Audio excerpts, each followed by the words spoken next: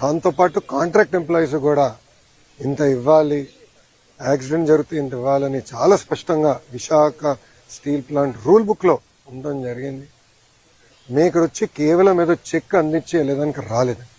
ఆ కుటుంబాలకి శాశ్వతంగా అండగా నిలబడడానికి ఈరోజు ఎన్డీఏ ప్రభుత్వం అడిగేసింది. గతంలో ఎప్పుడు లేని విధంగా పర్మనెంట్ జాబ్ ఇస్తామని పెద్ద మనసుతో కుమారస్వామి గారు ఒక హామీ ఇచ్చాడు. కేంద్రంలో ఉన్న సెక్రటరీ గారు ఇది ఎక్కడ లేదు కదా సార్ అంటే, అవసరమైతే నేను కేబినెట్ కూడా తీసుకెళ్తా, nothing to worry, I will get it done, నాది బాధ్యత. ఎందుకంటే ఆ కుటుంబాలకు మన అండగా నిలబడాల్సిన సమయం ఇదని ఆయన చెప్తాం జరిగింది. సో ఎక్కడ జరగలేదు. ఇప్పుడే గురువు గారు చెప్పినట్లు పిల్లలు కూడా చదువుకున్నాయి. ఎందుకంటే పాప కార్మికుడికి 3 నెలల బాబు ఉన్నాడు. 3 నెలల బాబు, అందరూ బాధ కలిగింది. ఒకరిదవుతే రేపు పుట్టినరోజు. సో వాళ్ళందరూ కూడా కుటుంబాలకు అండగా నిలబడాలి, బాధ్యత మా పైన ఉంది. సో నేను కుటుంబాలను కలిసినప్పుడు కూడా చెప్పాను, రూల్స్ ప్రకారం కొంతమందికి ఎక్కువ వస్తుంది, నాకు ఎలాంటి డౌట్ లేదు, ఎంతున్నా అంత ఇవ్వాలి. ఆల్రెడీ సీఎండీ గారు స్పష్టంగా చెప్పారు. నిన్న కుమారస్వామి గారు ఇచ్చిన ఆదేశాల మేరకు ఈరోజు డేట్ మారే లోపల 25 లక్షల రూపాయలు ఫస్ట్ విడత కింద 8 మంది వాళ్ళ అకౌంట్లో డబ్బులు వేస్తూ జరుగుతుంది. ఇంతేకాదు దాని తర్వాత రావాల్సిన ఎక్స్గ్రేషియా, పిఎఫ్ అకౌంట్ నుంచి రావాల్సిన డబ్బులు, స్టీల్ ప్లాంట్ ఇవ్వాల్సిందంతా కూడా మేము మొత్తం క్యాలిక్యులేట్ చేసి ఆ కుటుంబాల అకౌంట్లో వేసే బాధ్యత ప్రభుత్వం తీసుకుంటుంది. అక్కడితో మేము ఆగం. మేము అందరూ వచ్చేటప్పుడు కారులో కూడా మాట్లాడుకున్నాం. వర్మ గారు నేను కూడా డిస్కస్ చేసాం. అంత్యక్రియలు అయిన తర్వాత, పెద్దకరమైన తర్వాత మళ్ళీ అమరావతిలో ఒకసారి కూర్చుందాం కుటుంబాలతో. ఇంకెలా చేద్దాం, ఏం చేస్తే బాగుంటుంది. వాళ్ళు కేవలం సొంత కాలపై నిలబడతాం కాదు, ఆ పిల్లల్ని చూసుకోవాల్సిన బాధ్యత ఎన్డీఏ ప్రభుత్వం పైన ఉంది.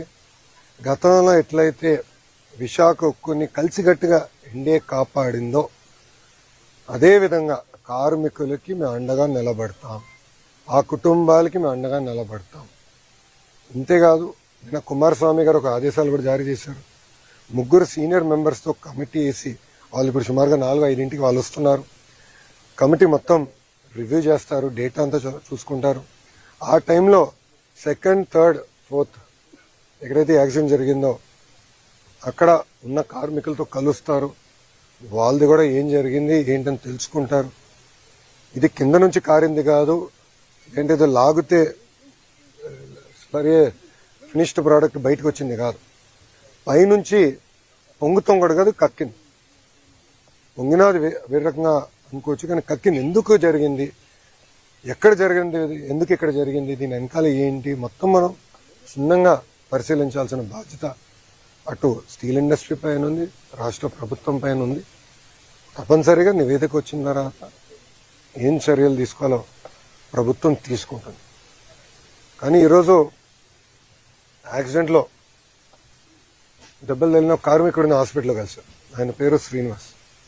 ఆయన కలుస్తుంటే ఆయన ఒక మాట అన్నాడు, అయ్యా మాకు దెబ్బలు తగిలినాయి, మీరు వచ్చారు పెద్ద మనసుతో మాకు అండగా నిలబడతాను, కానీ విశాఖ ఉక్కుని మీరు కాపాడండి.